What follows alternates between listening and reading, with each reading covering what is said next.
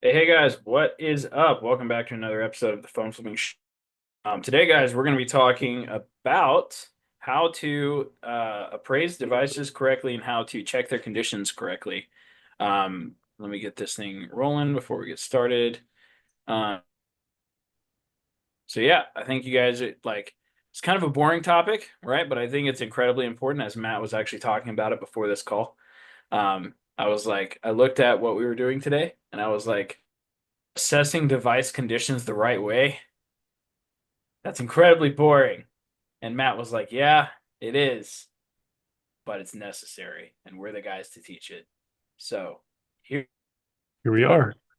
are. Yep. All right, before we jump into everything, guys, a couple of things. Obviously, before we dive in, I want to share two invaluable resources for you guys.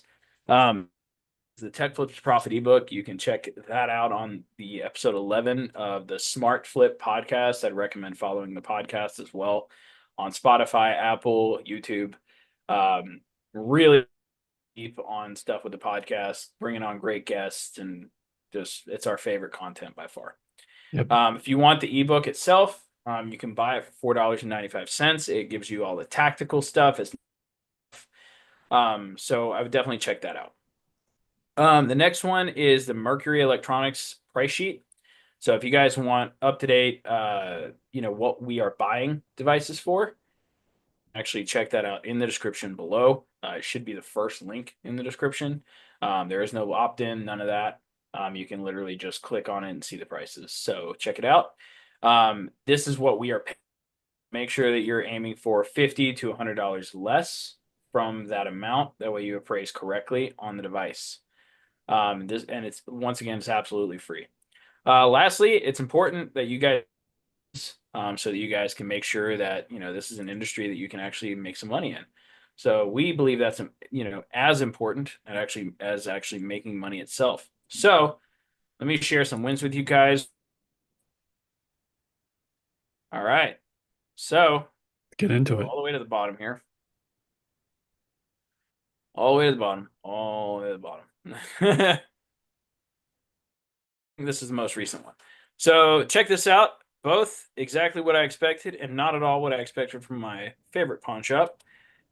Looks like he got some phones actually. Yep. Some Some pawn shops today. Samsungs. That's pretty Nice. freaking cool. Spent 2K Mhm. for everything. Um, that's pretty awesome. Yeah, he said this is 100% pawn shop. The pawn shop wizard strikes again. Hey, Look at that. That is that an Xbox Series S for it's two of no them. power for $20? Yep. Let's go. That's a win right there. Definitely. Yeah. That, and we got Gerard here. You got Oculus Go and Rift for $100. He'll make that back on the controllers alone. That's a Love great that. deal. That Oh, is a yep. great deal. That's a great deal.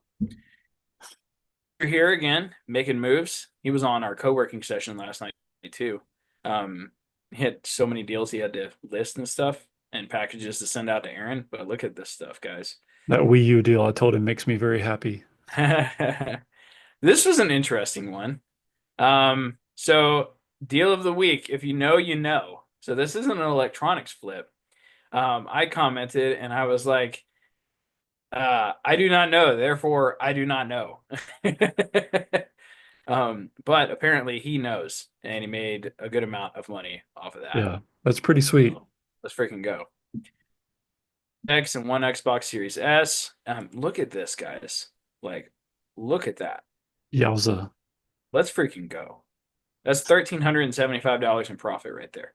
Your boy's cooking. He cooked this weekend, man. He cooked. He really did, man. He really he cooked for sure. Oh, and this was a big one. Spencer, if you're watching this, love you, man. This is great. This is awesome to see. But he talks about this over on the side here. He passed his best month profit ever in Amazon or sales in Amazon. But he says it right here. A more significant milestone is that I just passed my best ever as well.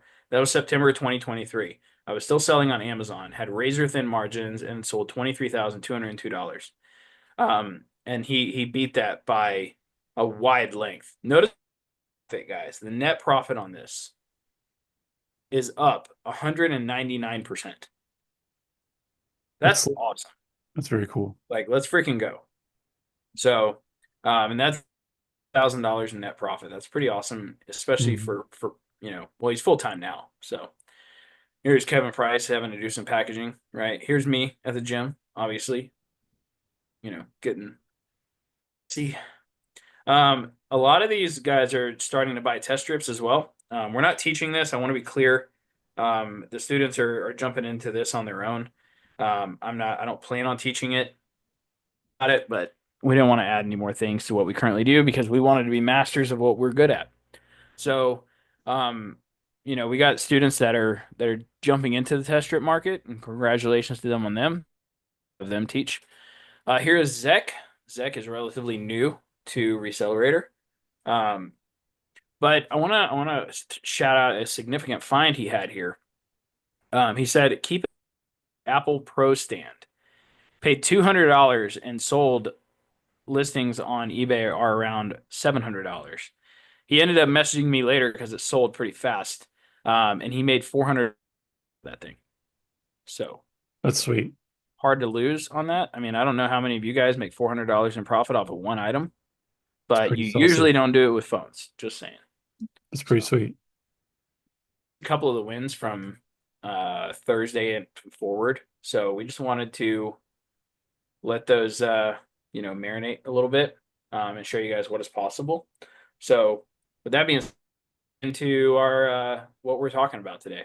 Let's do it. And what we are talking about today is how to stop losing money and learning to assess conditions in the right way. So, kick this off. Because I'm super excited to talk about this, as you can tell. Yeah. Yeah. I mean, I know it's a part of the business that's very crucial, but it is. I'm gonna have ChatGPT come up with some things I can ask. Yeah. Well, if you want, I can start us off with some console stuff. Go, yeah, Yeah. So the thing everybody needs to be aware of when it comes to assessing value is that if you're bad at this, you're not going to be profitable in your business. And what Chris and I want you to do is that we want you to be able to look at any electronic and determine ultimately, all right, can I make profit off of this item at this specific price? Because when you can do that effectively, you can literally pay yourself anytime you want. All you need to be good at beyond that is securing the deal, right? Making sure you can get it, you have it in hand, you take it home, right? And then getting it for sale, getting it sold, right? So in my opinion, I would say that this is the front side of the whole process, right? This opens the door for you for opportunities. So if you can't assess the value correctly, you're going to overpay for stuff. You overpay for stuff, you're going to lose money. You're going to lose money, you won't be in business. So is this exciting? It can be. I think if you look at it through the lens or this filter, then yeah, it can be really exciting because um, I think one thing that I've been more privy to being with the Recelerator crew as a coach here is kind of borrowing some of the brain trust from people that are better at assessing phones. Whereas what I get to share with other people is my brain trust on how to assess consoles. And there's probably there's less different phone companies, I would say, like Apple and Samsung are probably the two biggest, and then there's some Google stuff out there, and that's what most people flip. Consoles are really broad, like really broad. yep, If you were to join this course or jump in Console Kings, there's over 70 different console items. I also talk about some under the radar flips. It comes up to close to 90 different things. That's a lot in my personal vocabulary to know. But here's the thing, once you find out sort of where price falls and you get hands-on with a specific item, let's say you flip an iPhone 13 Pro Max or 14, like you're only going to need to sell that item once or twice to actually know, oh, this is what I should buy it for, this is yep, what it's selling for, and this is what I should be trying to get out of it in terms of my return on investment. And when you know that, you can flip anything. And we're not talking about electronics. I mean, you could flip a car, you could flip a kitchen stove, whatever. So Chris and I are kind of coming at to you guys, understanding that there was a a time frame where we had to invest in this particular part of the skill set. And we mean invest literally money, but also like time, energy, and focus. And so let me kind of give you like a quick heads up. A very easy way to assess the value of anything is to know that a lot of stuff that sells on eBay sells for about 50% of its retail value or sticker price. Yep. If I were to say MSRP, manufacturer's standard retail price, we're talking about what something sells at for the peak of its peak, right? It's new, it's on the shelf or sitting on the lot, and it hasn't been used, it hasn't been driven, it's sealed, still in box. Okay? Whenever something gets opened, you drive it off the lot, in a manner of speaking, it's already decreasing the value. When it goes on eBay, typically what you're going to be getting it for is roughly 50% of the actual value that you would have bought it at brand spanking new. Okay. So for anybody who hears this and knows that, that already is really valuable information. Now, for me, I usually try to buy an item for half of what it's selling for on eBay. So what does that put us at? That puts us, if you want to be in the safe zone, you're trying to buy something for about 75% off of its sticker price to make a decent profit on eBay. So you're trying to buy something for 25% of what it was worth, brand spanking new. Okay. I'll kind of launch that out there and then I'm going to parry it over to Chris and we can come back to some console stuff a little bit later if that sounds reasonable. Yeah, I mean, this is the part that most people get things wrong with a lot. Yeah, Like they don't know what deductions to do. Um, and a lot of this, I'll be real with you guys, it doesn't come well, number one, it doesn't come natural. It comes from actually learning it. Like you have to learn it. It's a whole skill set in and of itself. totally. Um, to the point where your brain can be trained to just know, right? Yeah, But you have to see the deals often enough, which is number one where lead flow comes in, right? Like talk, that's where that part comes in, right? But a couple of things, there's kind of broken down into core four categories here. Obviously, assessing the cosmetic condition, like that's number one, right? Scratches, dents, cracks, back glass frame, right? Um, definitely look under the screen under the light, right? Try and get a light actually shining on it. yeah, Run your fingernail across the screen, especially with phones, because a lot of direct buyers, a lot of you guys don't know this. If a scratch stops your fingernail, they will consider that grade C. So just saying. yikes. Um, so yeah. Um, Functioning capability. Obviously, you want to test the touchscreen, the buttons, power, volume, mute switch. I can't tell you guys how many times I've missed the freaking mute switch, and only for it to be broken later. It's That ridiculous. sucks. I had to literally build out myself a checklist for getting it right, which is now in Recelerator. Um, Home button, obviously, if older. The cameras, mic, speakers. Check them. Check the sound and haptics. A lot of people miss that one. Face ID. This is actually a big one. A lot of people don't check the Face ID. I like to reset the phone and then check the Face ID as I'm setting it up. Like that's all part of my flow, Yeah, right?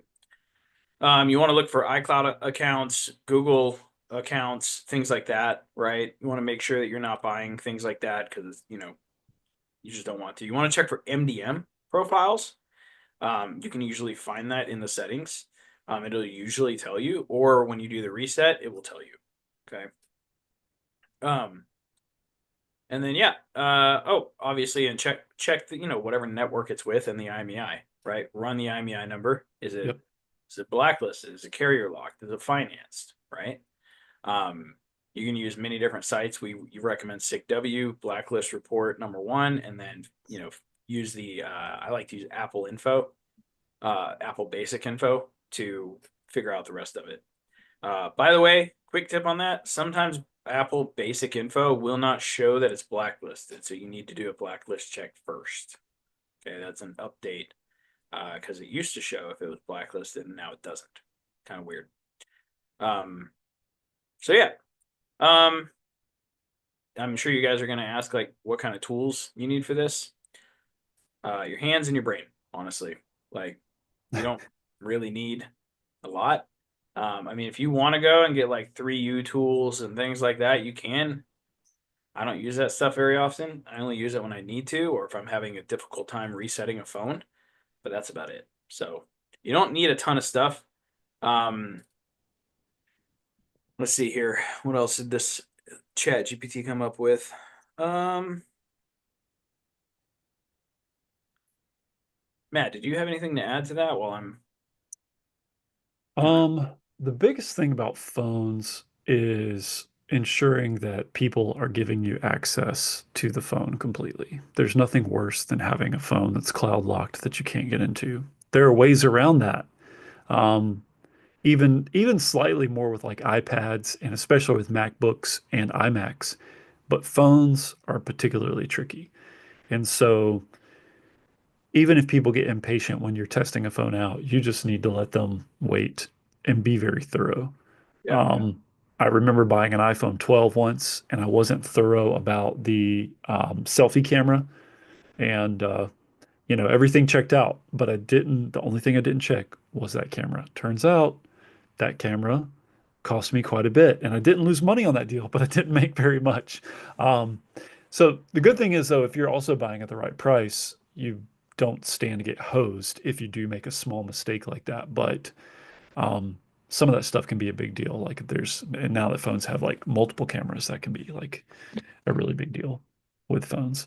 Um, I would also say that, and this definitely plays into assessing value, but if you're listing stuff like this on eBay or selling it to other people locally, be equal parts thorough in sharing with other people what might be the issue once you kind of know what that is, yeah, because what you fail to inform other people about could end up in a return or a refund or just a very unhappy, disgruntled conversation. Um, so those are probably just the things that come to mind in reference to phones.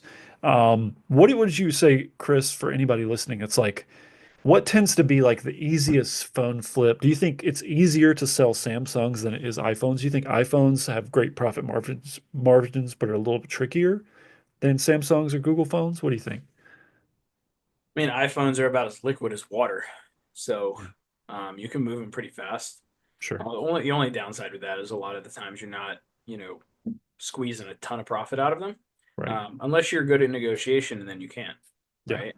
Yeah. Um, which that's where offer making and appraisal and stuff comes in. Yeah. Um, as far as Samsungs, I found Samsungs are incredible money making phones. Simply because um, There's I less always go back to buyers. this one story that I tell all the time. Yeah. But I like to use it as an example because it hits home. Yeah. Where this guy called me, and he's like, "Please tell me you buy Samsungs." And I was like, "Why wouldn't I buy Samsungs?" He's like, "I've called like 3 or 4 different repair shops and places that buy phones, and none of them buy phone. Like none of them buy Samsungs." And I was like, "Oh, that's weird. Well, I can offer you. I think it was $200 or I think it was $300 for it." And he's like, "Done, sold." And he drove 30 minutes to sell it to me. And then I made like $250 on it because it ended up being unlocked. Hot dang, that's a sweet deal. So, like, there's still money to be made with Samsungs. Like a lot of people, they're iPhone forever and this, that, and everything else. And I'm like, I had a guy earlier who reached out who was he reached out and he was like, "Chris, I need help." I'm like, "What do you need help with?" He was like, "Well, I've been flipping phones for like 3 years and I'm stuck at like $2,000 to $4,000 in profit a month." I'm like, "All right, pretty common." And I was like, "What all do you flip?" He was like, "I only flip iPhones." And I'm like, "Well, I found your problem, dude." He's like, "What do you mean?" I'm like, "Do you buy anything other than an iPhone?" He's like, "No." I'm like, "Do you like hate money or something?" Like, and he was like, "No." What do I do? I can find the exact conversation. I'm not gonna show his name, but I'll go through the combo. Because it was funny. Right. Because I was like, I was just straight up. I was like, "You don't buy anything other than a freaking iPhone?" Like, it's difficult to build your business that way. Yeah. Um, I mean, unless you're just doing new unbox and you're about that life. Um, For sure. you know. um, yeah, what did I say? Yeah, he's like 2 to 4K in profit. Um, I asked him, "Are you willing to buy items outside of phones?" And he said, "Didn't plan to. Really just looking for help with my ads in Google as well." I was Yeah. like, "Do you like making more money or not?" And he was like, "Yeah, I do." And I was like, "I think I found your problem, man." I mean, because guys, think about it. If look, even if you do market for iPhones on the front end of your business, which is what most of us do, by the way, because 70% of the population in America has an iPhone, right? Um, you can simply ask like, what else do you have? Right. Yep. MacBooks, iPads, smartwatches, camera. Even if you just wanted to like stay in the Apple ecosystem, you could make more money. You know, like Apple has a lot of different things. Like if you just wanted to do Apple stuff, you would still make more money. Yep. I'm just saying, Yeah. you get into the Mac Minis. By the way, I've made some major money on Mac Minis. Um, those are nice. Yeah. Yeah. Really nice. Yeah. Mac Minis, MacBooks are still my top profit items by far. So, I mean, that's really what it comes down to, right? But being able to assess condition on all of those different items is important. And I have checklists in Recelerator and stuff for this, for every device, pretty much. Yeah. I think Matt, you have that in Console Kings too, Yep. uh, how to assess and what to look for on those specific types of items. Totally. Um, and that's important, like I would recommend looking into those two resources to see if that's an option, right? Yeah. So check out Console Kings. By the way, we do. Matt, did you have anything else to add on to this, Matt? I think we've pretty much covered everything. Well, for sure. I'll just do kind of the brief thing about consoles, maybe a little bit about VR systems. With consoles, guys, you just want to make sure, first of all, you don't have to be too concerned about an item being banned on the server. If an item is banned on the server, is it going to decrease value? Well, yeah, of course, absolutely. Um, but there are,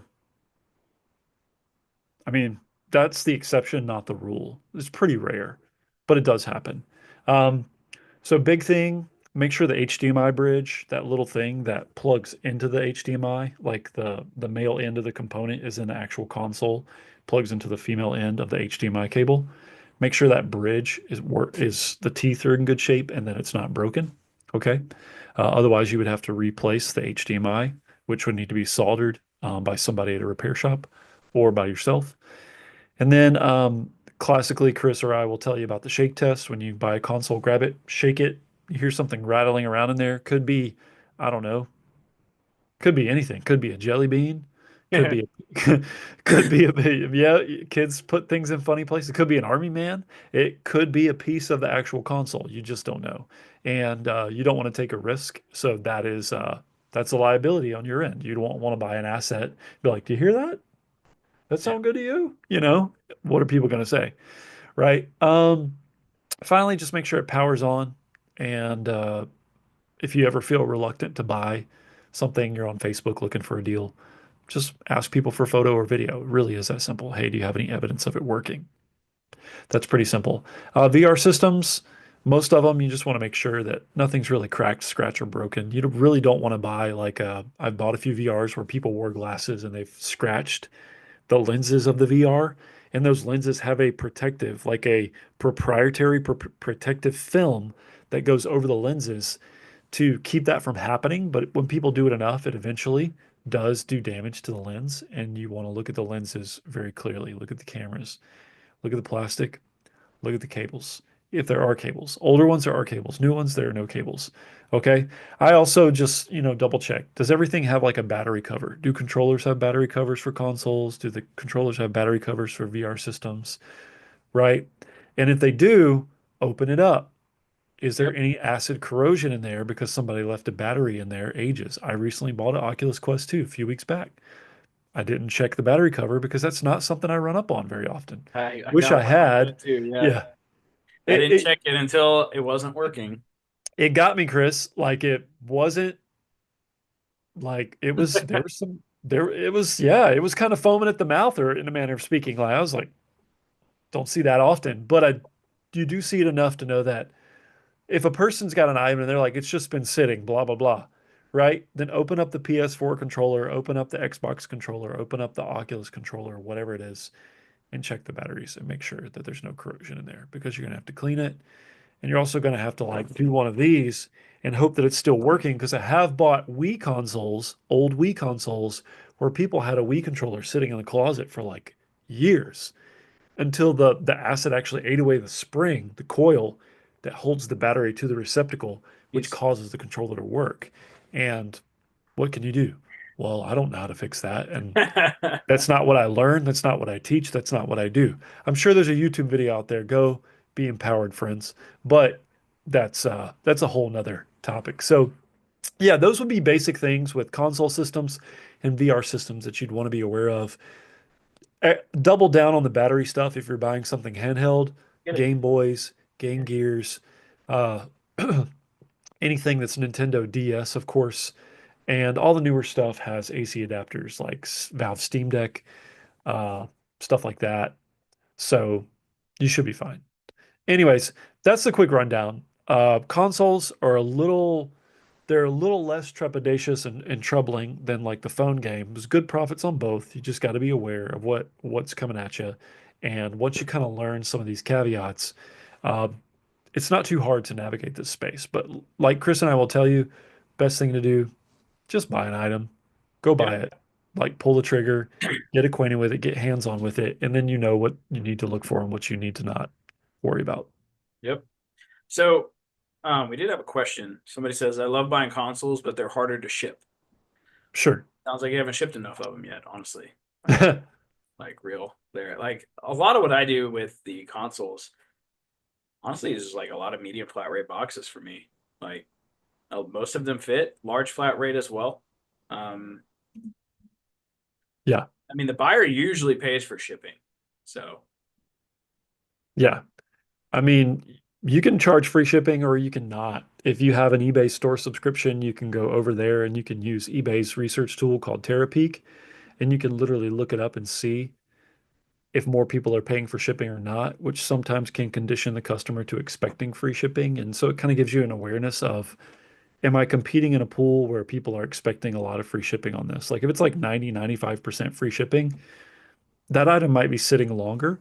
Whereas if it's 50-50, then just shoot your shot, right? Charge them for shipping so you feel better about life. I've a couple items up right now that I'm charging for shipping because they're bigger, heavier things and I don't feel yep, like paying it. So I'm not going to. Somebody's going to want it bad enough, but I'm still trying to find the right price point. yeah. Um, Also, if you're shipping stuff, just ask yourself this, who asked that question, by the way? High chain. Okay. To the individual who asked the question. Um, Yeah, make sure that when you ship that item, it's packed well enough to where it can survive a 5 foot drop from a FedEx or UPS truck. Yep. If you put that item in a box and you've got like a razor thin, and I mean, let's say you took a nice, heavy, expensive console and wrapped it in 3/16 inch bubble wrap, that's not going to do it, friend. You definitely need to wrap it, secure it, and say, okay, does this feel secure enough? So if someone tosses it off the back of a packing truck, that hey, we're still thumbs up and it's in good shape. Because anything shipped to you would run the same risk. So make sure that you're taking care of your customer Sure. by ensuring that you feel confident in answering that question. If you feel hesitant or say hard no, then you need to package your stuff better. That's it. Yeah. That same individual had a question for me. Let's see what he said. Um, Wanted to tell Chris that found following locals on Instagram like 100 to 200 a day gets me 3 to 5 leads. Not always the best, but still, yeah. I mean, that's a form of active advertising, It's right? kind of cool. That's a form of reach out. So, Respect. like, if you're, if you don't have a ton of capital, that's a good way to do it. Yeah, Um, I mean, that's how you build most advertising businesses actually in the beginning too. Is that's you pretty just cool. start reaching out and doing stuff like that. I'm not going to do that. I will automate that process by paying money to do it. But yay, great job. Pretty cool. I wanted to highlight what we're doing, guys. So it's almost April. Uh, for those of you that are totally interested in, working with me and Matt at a deeper level, um, we do have this program coming up. It's a cohort. We still have a few spots left open, where you can get help and get access to the community and everything. Yep. Um, for 6 months. So basically, what it is you'll get access to the Recelerator community. You'll get access to our help. You'll get a group onboarding call with me, Matt, and Aaron, along with the other people in your cohort. And that's basically how to work. And it's $200 a month for 6 months. So that's how it works. Wait, no, it's $300 a month for $300 a month for. I lied. Sorry, 300 a month for 6 months. And that's how it works. So if you guys want access to that, feel free to DM me. I'll send you all the details. Make sure to DM me on Facebook. I don't even look at Instagram. My stuff just posts there from Facebook. I know some of you people will message me on Instagram. I don't get on Instagram. I don't know if I'm aging up or what, but I just don't. I don't know. I don't vibe with it very much. Um, so yeah, other than that, feel free to reach out. Also check out Console Kings. You can find that on school.com. Yep. It's the only one of its kind. So there's no other console course out there. And you won't find one. So just saying. Yeah. And if there is, they copied Matt, so. That's probably true. All right, guys, you guys have a great day. We'll see you guys next week for another episode of the Phone Flipping Show. Make sure to tune in on Friday for the Smart Flip podcast, because we'll be posting another video on that. And yeah, so with that being said, guys, have a great day. Keep crushing it and get out there and make some flips.